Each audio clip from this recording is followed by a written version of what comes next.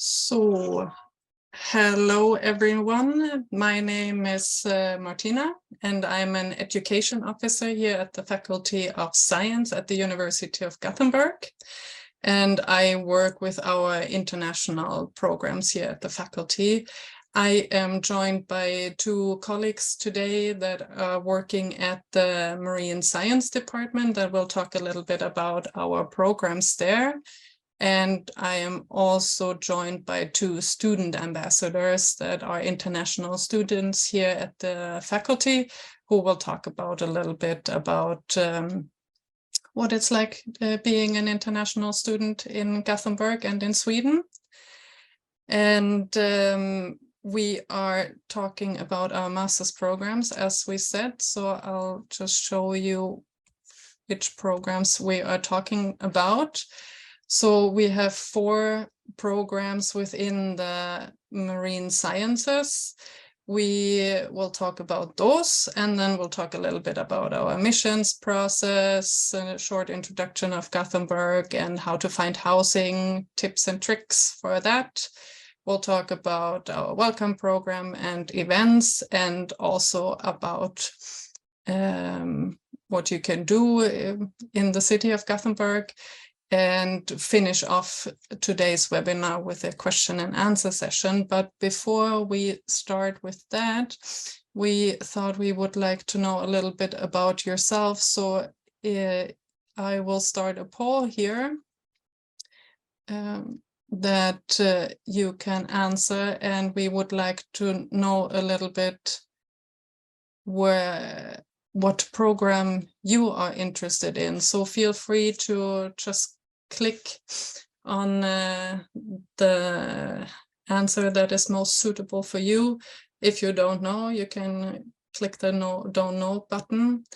In the meantime, you can see the coast. I think as you might know, Gothenburg is the second largest city in Sweden, and we are situated right by the coast, which also means that our marine infrastructure is kind of one of a kind in Sweden. So I think people have answered. I'll just share the polls. So gives us a little bit an idea of what you are interested in and eventual questions that you have later during the webinar. Thank you for that. Just a little bit of housekeeping, just to let you know, we will go through the presentation and the information first, and then open up the floor for questions later. So you are welcome to put your questions in the Q&A box below, but we will answer questions at the end of the information session. And with that being said, I would like to invite my colleague Grazia to talk a little bit about our programs. Yeah, hi everyone, my name is Grazia Matamoros. I'm a study counselor for the master's program in Sea and Society, and I'm going to start presenting 2 master's programs that we have here at the university, which are interdisciplinary, and it's fusion between the natural and the social sciences. So the first one is Sea and Society, and this is for anyone who is interested in the interactions and relationships between the ocean and socioeconomic systems. And this program is not only interdisciplinary in the fact that the subjects that are taught are from different disciplines, but also that students who are studying this program have different academic backgrounds. So it could be someone with a background in law, in biology, history, art. So we've had students from many different backgrounds, and these are all the students who are eligible to apply for the program. And after 2 years, and after studying 120 credits, then you will earn a degree of Master of Science with a major in Sea and Society. And the way that the structure of the program is, it's that during the first year, everyone studies together, 4 mandatory courses, and you start with a course about the history, about sea, and relationships between sea and society. So it's more about going back into the past. Then you move on with blue economy. The third course is about European marine directives and policies. And then you have a fourth course about seascape governance, which is mostly about marine spatial planning. So that's the first year. And then during the second year, you have different options. One can decide to do an internship, and this is something that is the student's responsibility to find. And it could be in Sweden or abroad, or it could be elective courses. And there are several courses to choose from. And if you have been reading about this master's on the website, you see there's a list with some courses, but this is only an example. It could be any different course as long as you are eligible to take this course.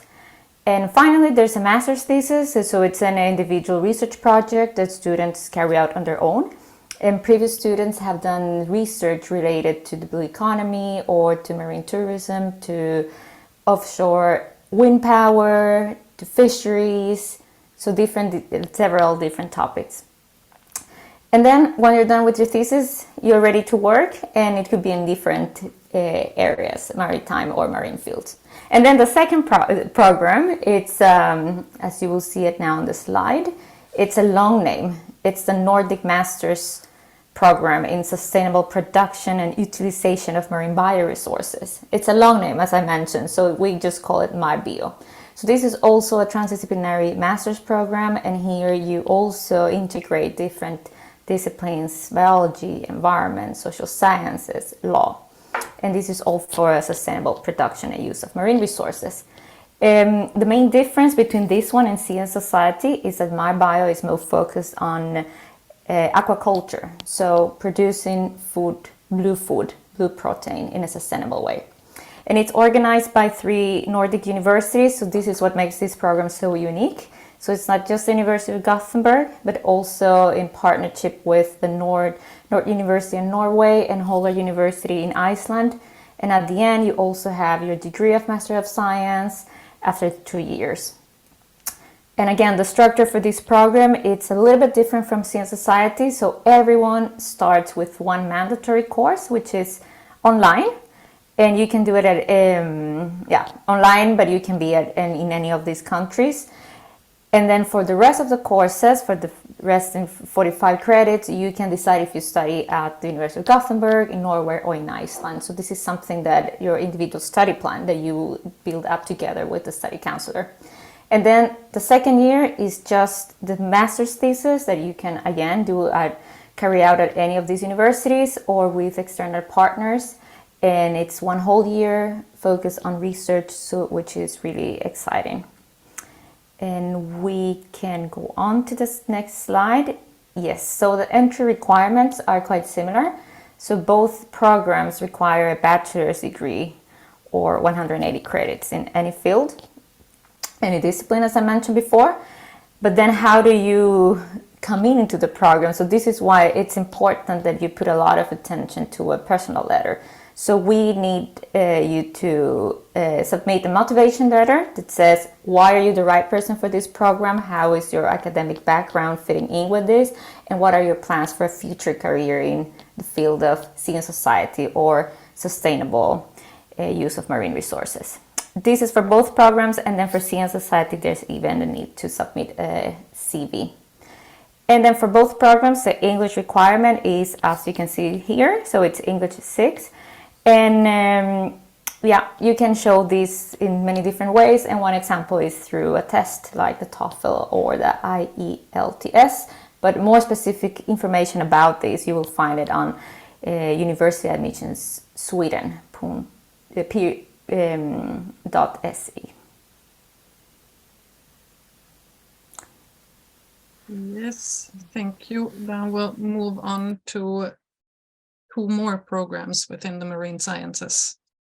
Yes, thank you, Martina. My name is Maria Butslav, and I'm the study counselor for the other 2 master's programs that we have in marine sciences and in physical oceanography.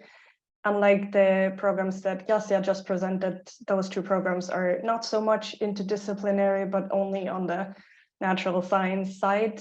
And in marine sciences in particular, you have 4 different specializations in physical oceanography, marine biology, marine chemistry, or marine geology that the students enroll in basically from the start, and that they will study throughout their whole master's program. And students are enrolling in courses within their different specializations, and this is based on what they have studied in their undergraduate studies.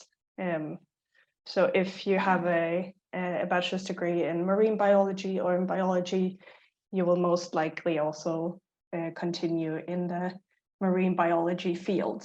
For those courses, all of our students need to fulfill the entry requirements for the courses, and yeah, many students are interested in staying in their own fields and perhaps adding one more field.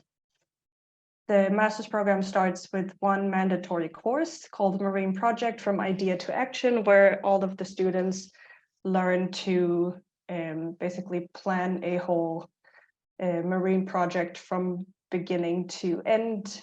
And after that course, they split into their various specializations. In the first year, our students, well, they start with this course, the Marine Project course, after which they enroll in other courses. And then just like in the programs that Gassi also mentioned, the second year is usually dedicated to either focusing on your thesis project, either for the whole academic year or for one semester, which can also then be complemented with additional courses or an internship course. And then in the program of physical oceanography, in this program, we or the students learn a lot of the oceanography related topics, such as scientific programming, the interaction between the ocean, the climate, and everything in between. We have courses in ocean modeling and climate modeling, and then also observing the ocean from micro to macro scale. In this program, it's also common for students to do an internship, to write a longer thesis project, go to different courses, and do the project either with one of our researchers or abroad.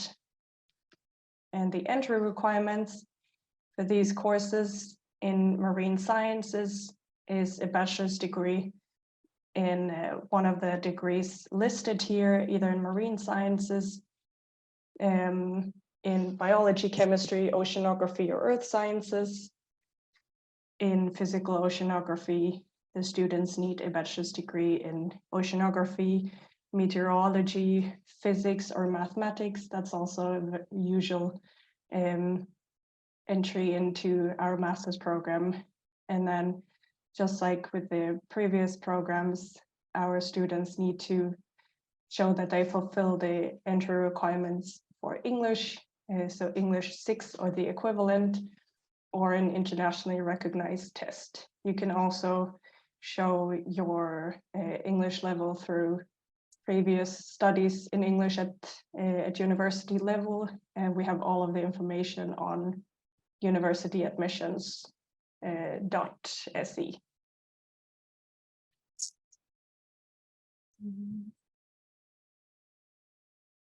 And then for all of the programs in all universities of Sweden, you apply for those on universityadmissions.se, which is where you'll find all of the programs and also all of the courses at Swedish universities. You have to submit your application documents on this platform, and they will be saved there in your account, so you don't have to submit new documents for all different universities that you apply for. The application period is open until January 16th. And yes, like I said, you need to upload all of your documents in your account. Yes.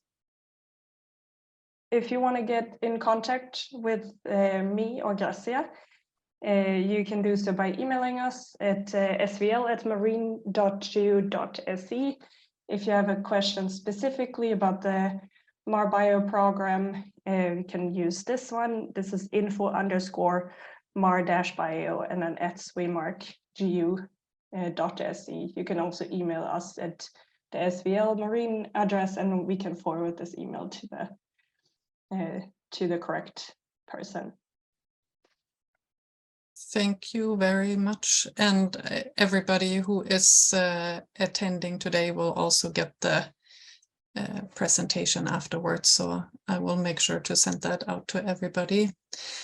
With that being said, I would like to welcome our students into the webinar now and present a little bit how life is as an international student in Gothenburg and Sweden, and what you can do here. So please, Ragini. Hello, everyone. I am Ragini. I come from India. I am in my second year in the Genomics and Systems Biology program, and I'm currently doing my thesis, actually, so I don't have any coursework this year. I chose the program because it seemed very well structured, and I think that's a nice attribute that Gothenburg University has. For example, you can take courses like marine science where you have a lot of things to choose from, and then you can also take courses which are more specialized, and those can also be very useful. I have lived here in Gothenburg for more than a year now, and I really enjoy the city. It's, I think, one of the most obvious and most characteristic things about studying in Sweden is the fact that that nature is so accessible. And specifically in Gothenburg, you have all kinds. Whether you want to go to the sea or the forest or a lake, you have several options. And I think it's also very easy to access.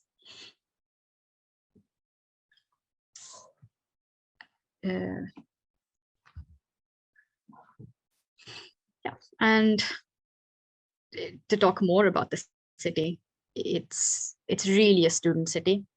I think part of that has to do with the fact that there are 2 universities here, and it's a very collaborative environment, I find. Another reason for why it's such a friendly city for students is that public transport system is really effective, and there are also very many international companies. Like Gothenburg, apart from being I think the biggest port in Sweden, or maybe in Scandinavia, if I'm not wrong. My colleagues can correct me if I'm wrong. But yeah, there are many international companies here, and so there are many job opportunities, which also means that the people that you meet come from very many different countries, and I think that diversity just adds to your experience as a student here. And it's, like I said, it's very close to different kinds of nature, and it also allows you, I think one of the best things about Swedish culture, I find, is that it's very easy and very nice, and there's a lot of mutual respect for each other's personal lives as well as professional lives. So you can incorporate a really healthy balance into your daily schedule here as a student, and then later on as a member of the workforce. I would maybe add that one really special thing about Gothenburg is that because they focus so much on because it's so close to the sea, I mean, we also have many marine research centers. And I think specifically for the programs we're talking about today, it's really important to highlight that. We have very specialized marine research centers around the city as well.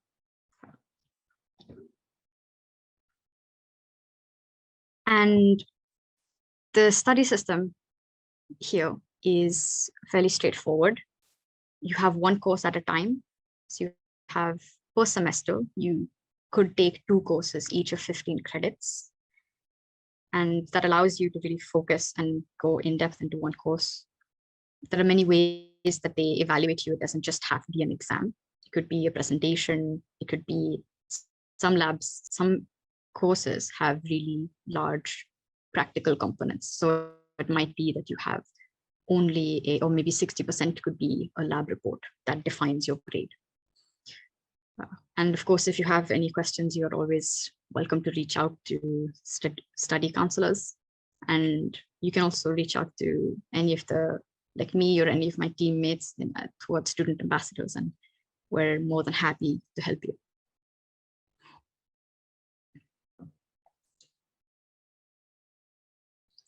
And another important topic, especially for those of you who live outside of the EU or who are residents outside of the EU, like me, for instance, you do need to apply for a residence permit. And it's quite important that you look beforehand and see what documents you require so that you can have them ready. Also, as a student who's not a resident of the EU, you are required to pay the tuition fee. And then, of course, you might be, a big factor for you would be scholarship information. And there are several scholarship opportunities.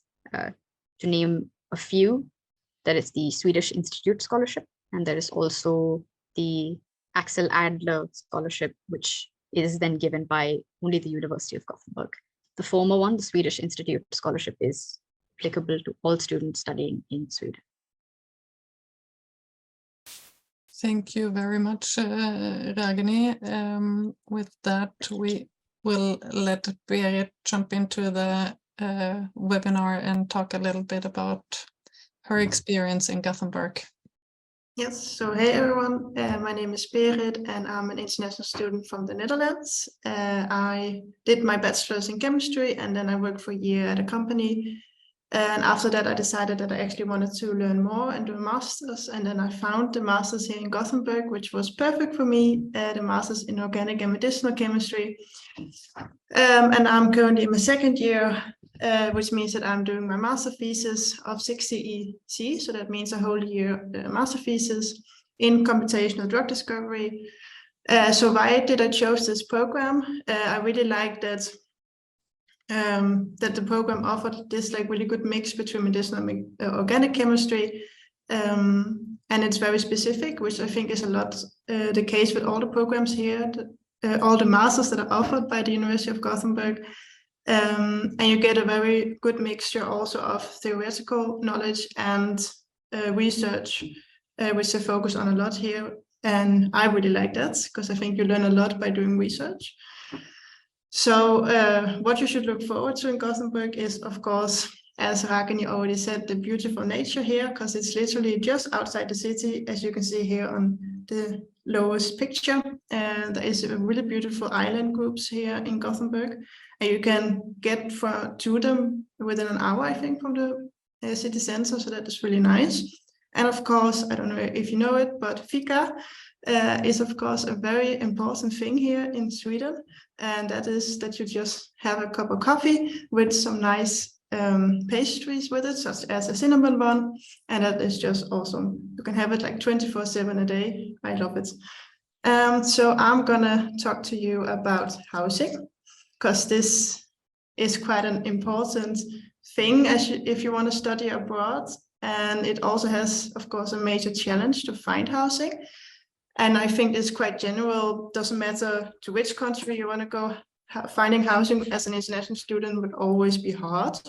But it is, of course, not impossible, because otherwise all of us would not be able to be here and do our masters in another country. So all the people I know, and including myself, have all found lovely places to stay here in Gothenburg.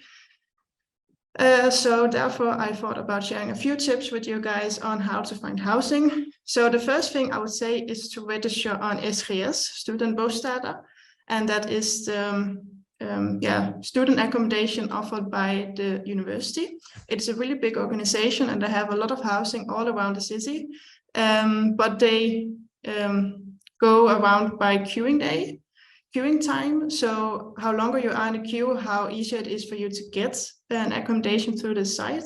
And normally they say that around 2 years you can get accommodation. It can also be less. Me and Ragini are both an example of that. But also you don't need to already be accepted into the university to get a queuing time. So just after this webinar, if you want to study here, go register on SGS, and then you're already in the queuing, which is really good. I did that.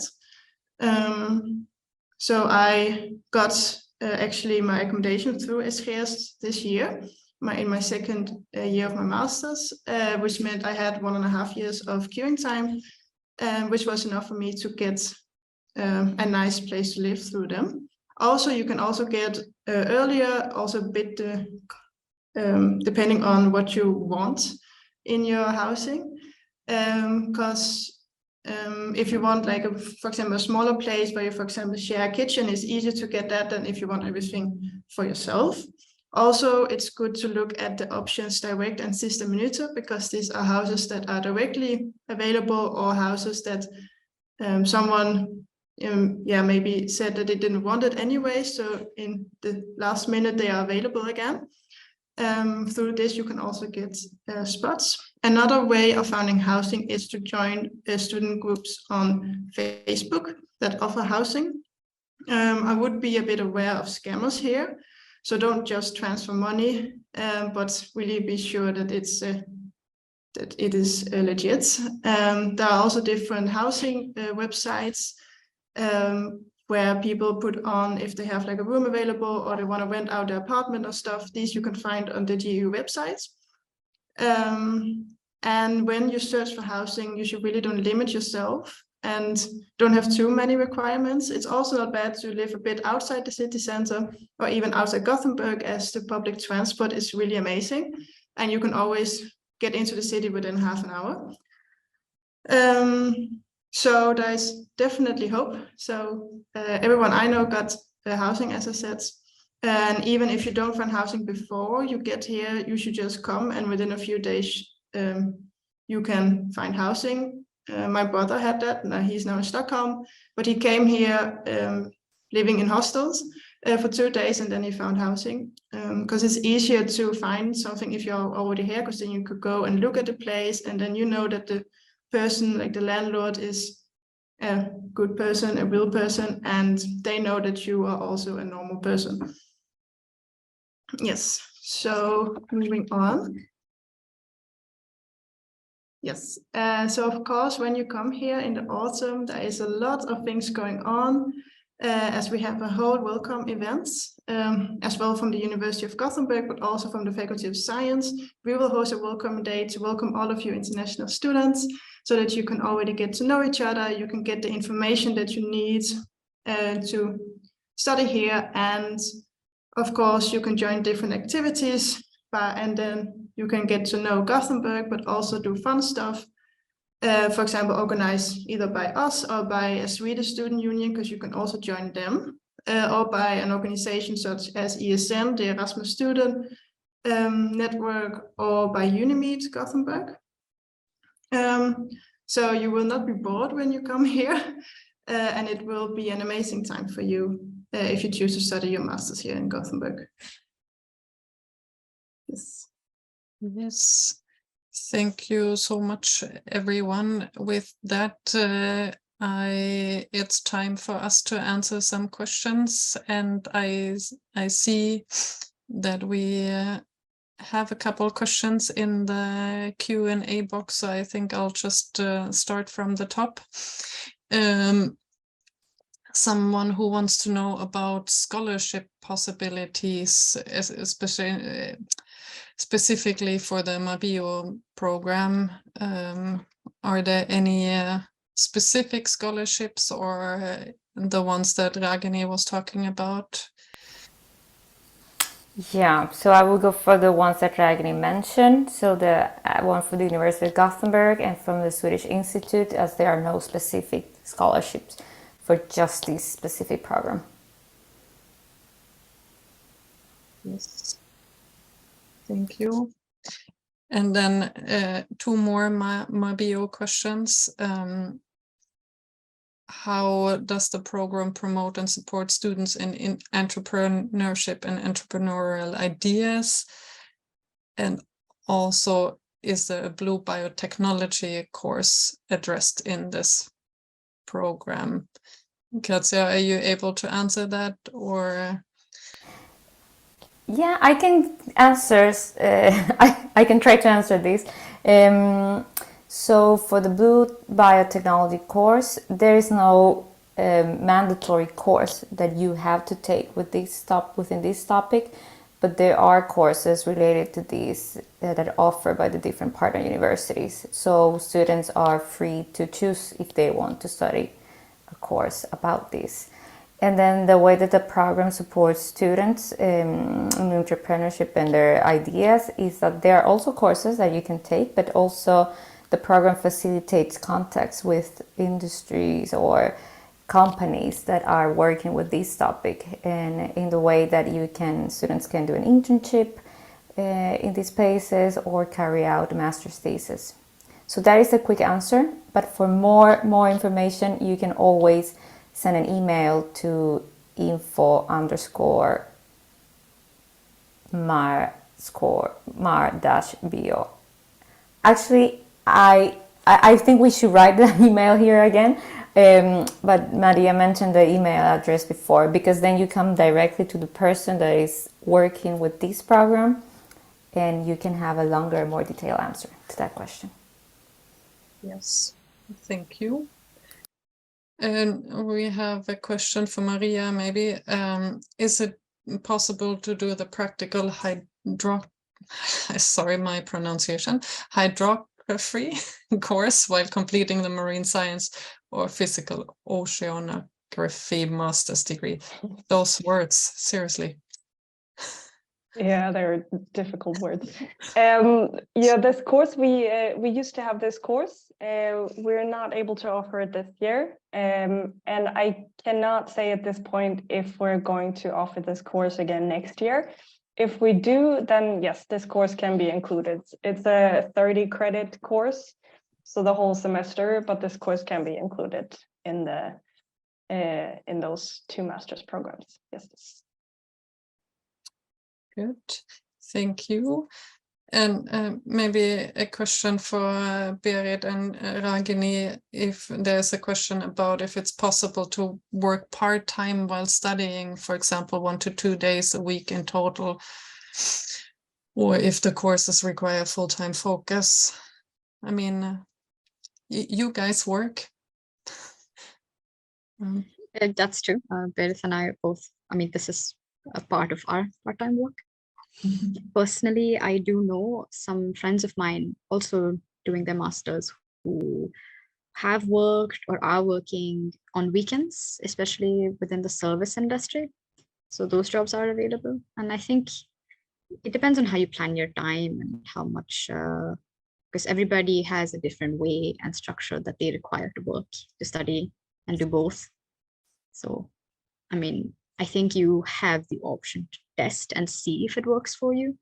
But I would say it varies from person to person, but it is possible. Yeah, it also depends on which course you're taking. If it is a really intensive course, then it's maybe a bit hard to combine. I don't know. That's true.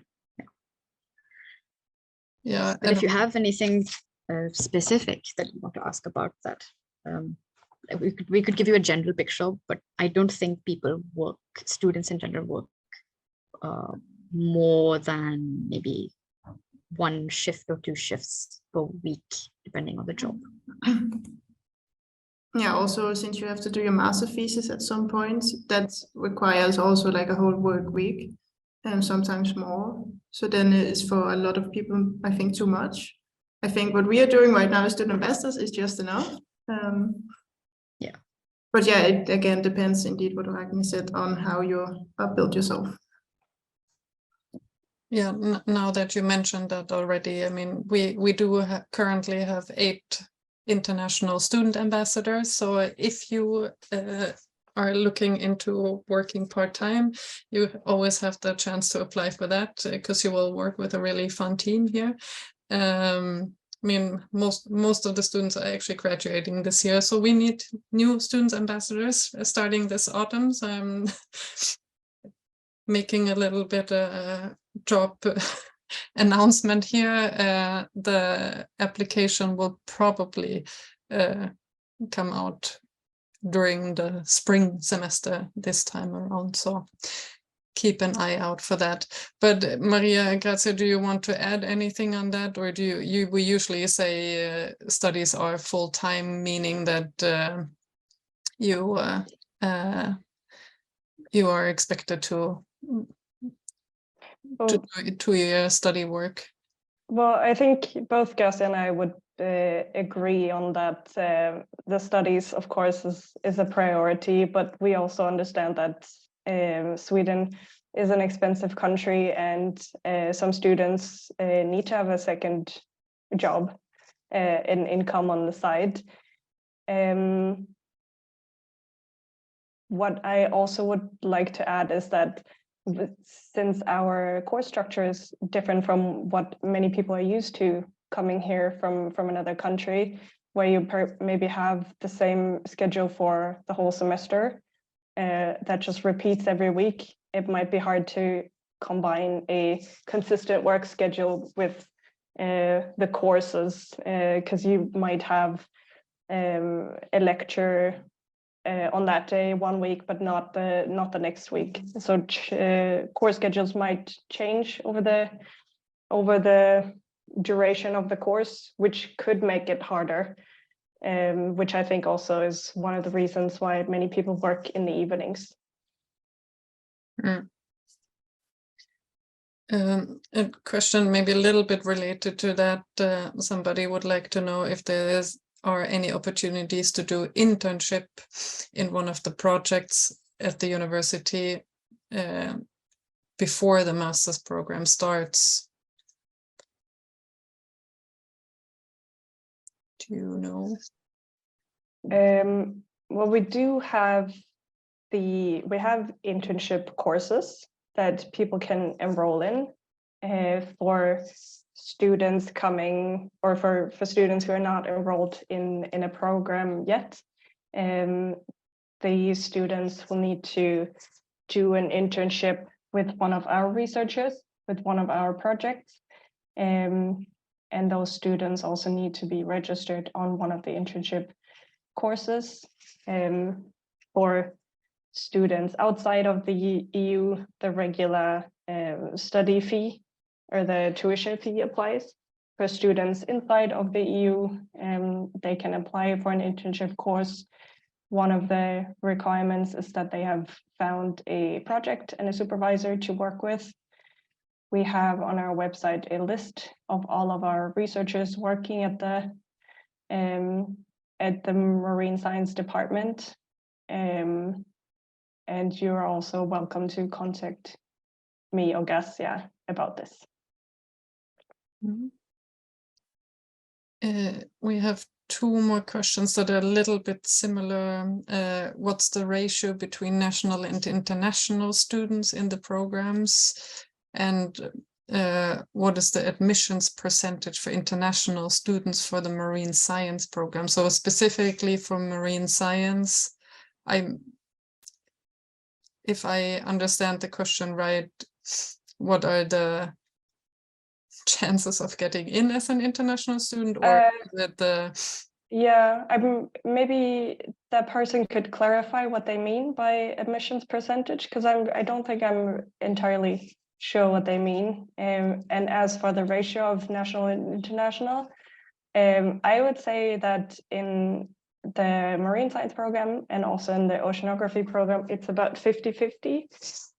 And I'm probably Berit, Ragni, and Gussie can also add how the percentages in their programs. Yeah, I can add that for Sea Society is 50-50, sometimes it's 60% Swedes, 40% international students. And for my bio, it's actually the opposite. It's more 80% international students, 20% Swedes.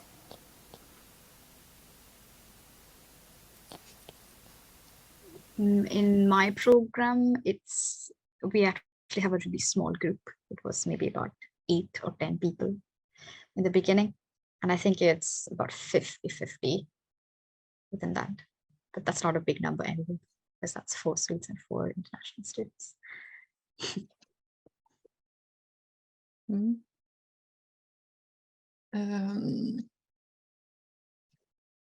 Next question, how are exams generally designed? Like open questions, multiple choice, or what do exams look like? Do you have a general, can we give a general question, or does it maybe depend a little bit on program? I think it really depends on the program. So if you have, for example, Sea Society, then it will be sometimes it's like open book exams and open questions, not really multiple choice. But that's for Sea Society. It can be definitely different for the other programs. So it's very diverse, the way that exams are structured. Yeah, I even had a course where we didn't really have a final exam, but during the course we had all I think 14 different tests, and then a couple of presentations, and that altogether was the examination of the course. So it can differ quite a lot. I agree with all my colleagues now, and also if you want to know or prepare for your exam beforehand, you can speak to your specific course coordinator, and then they would tell you, okay, for this course, this is how you'll be graded. These are the kinds of questions you can get. And I think you can even look at older exam papers if you ask them, just to have an idea of how you will be tested. But it's really quite different depending on the course you take. Yeah. Was there anything surprising for you guys, the students coming here, compared to what you were used to? Yeah, my first exam was 6 hours. I didn't know that existed, but it was a 15 credit course, and yeah, the most was for percentages was on the exam. So it was 6 hours, but you were allowed to go to the bathroom. You could have food with the professor even came by to see how it went. So it's very relaxing atmosphere, but I did need 5.5 hours for the exam. But I passed it.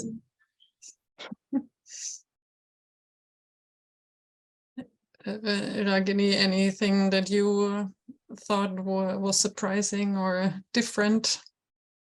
Specifically with exams, or With in general with how exams, they, with exams, I think. Anything else about the study system, I guess?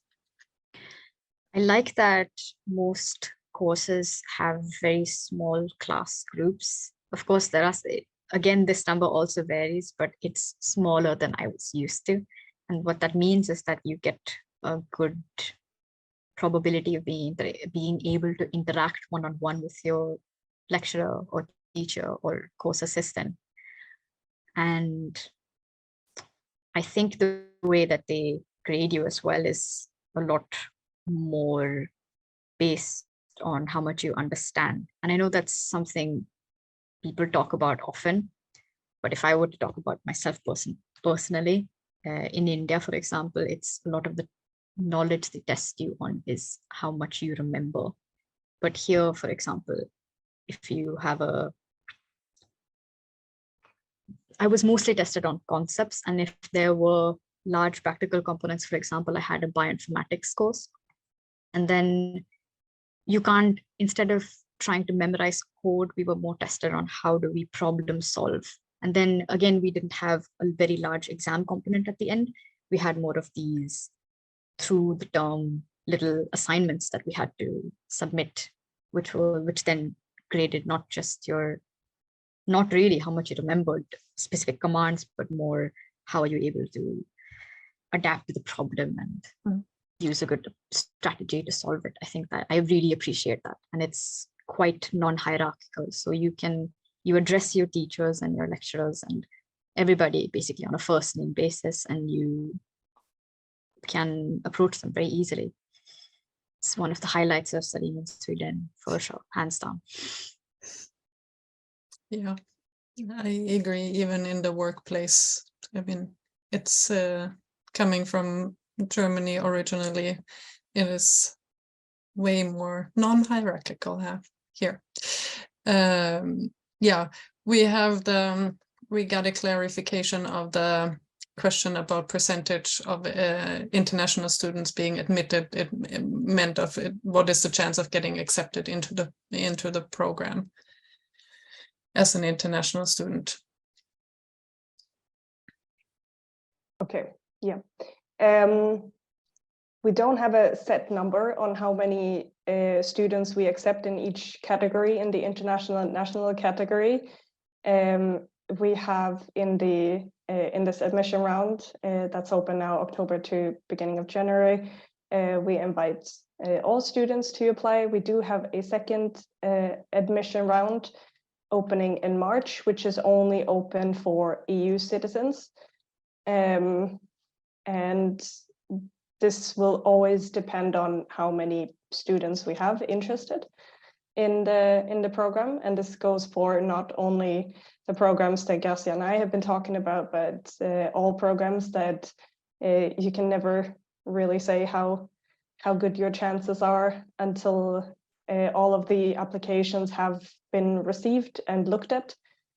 We have, and that answers another question that just came in, how many students are starting each semester in the courses. Usually in the marine science program, we have around 25 to 30 students. The physical oceanography is much smaller because it's a very niche field. So there we usually have 5 to 8 students starting each autumn, and all of our programs only start during the fall semester. Jessa, do you want to say how many students you have starting? Yeah, so for Sea and Society, it's around 30 students. So there are 30 spots for Sea and Society program students. And then for my bio, I think it depends, maybe because there's students starting at each of the partner universities. I think it's between 8 and 10 per university that started semester or in the autumn. Yeah. We have somebody with a background in zoology and would like to apply for marine sciences. Is that possible, Maria? Yeah, like I mentioned before, for all of the different courses that our students are enrolling in, they will need to fulfill the entry requirements. And for the people going the marine biology route, they're usually enrolling in biology courses, and most of the biology courses have an entry requirement of 60 to 75 ECTS, or a bit more than 1 year of just biology courses. I know that a lot of the people probably participating in this meeting are not familiar with the ECTS scale, but basically, yeah, one year of full-time studies within the field of biology. So if you, in your background in zoology, have this, then yes, then you would fulfill the entry requirements for this. Thank you. We have 2 questions that are here in the Q&A box that they are maybe a little bit too specific to answer live. Maybe one of the counselors could answer them. But in the meantime, we have a question about how much previous knowledge of programming is needed in the physical oceanography program. Oh, that's also kind of hard for me to pinpoint exactly how much programming is needed. I would say it's definitely beneficial. If you do not have any programming experience, I think it's going to be quite intense for you to not only be learning about the course content, but also on top of that, learning programming, if that's an answer to the question. Yeah. I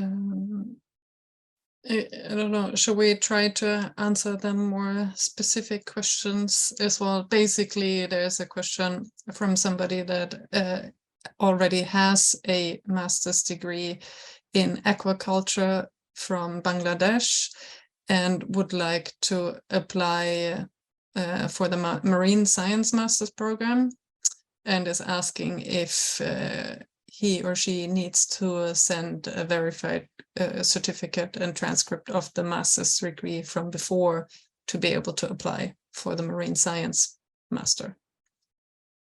Yeah, for all of the different programs, you need to send in official documentation that is supporting your eligibility to any of the programs. So there's information about that on universityadmissions.com, no.se, where you'll see what you need to submit and which way you need to submit it through, if it needs to be by verified email or mail, for example. Yes. Can you maybe say something about the ratio of online and offline lectures? Are the classes all in presence? I think, apart from that one course in the MarBio program, everything should be... Yeah, so most courses are, you come to university campus, so it will be here. Some courses are even mandatory, so you do have to be here, and if you cannot make it, you will submit an exercise or something else to compensate for the fact that you were not there to do the exercise or the group work that you're supposed to do. There are definitely, especially in these programs where you have several elective courses, there are several elective courses at the university that are online, so one can decide if that's the course they want to take. But in general, I would say mostly campus, and sometimes things can happen online, but not most of the time.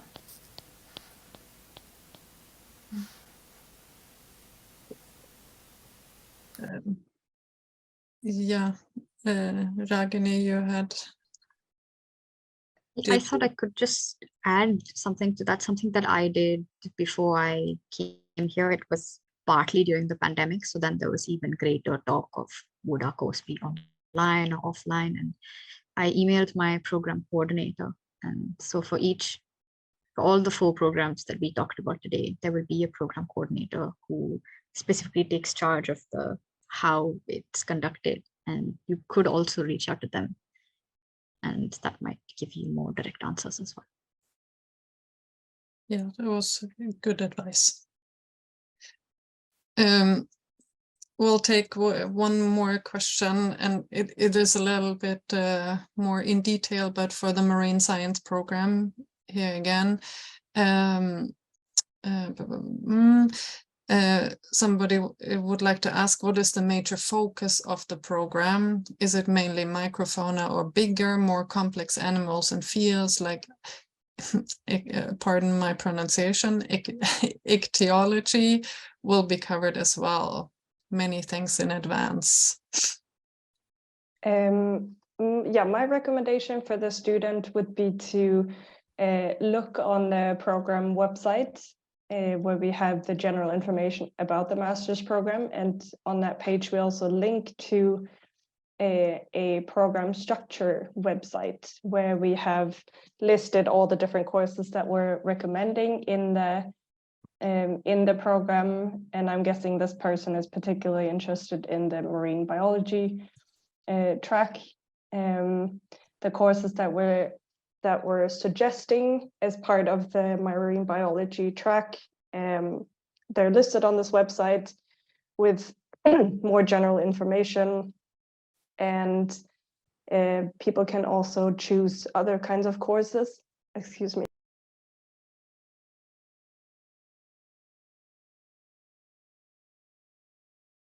Yeah, it's winter and cold times in Sweden.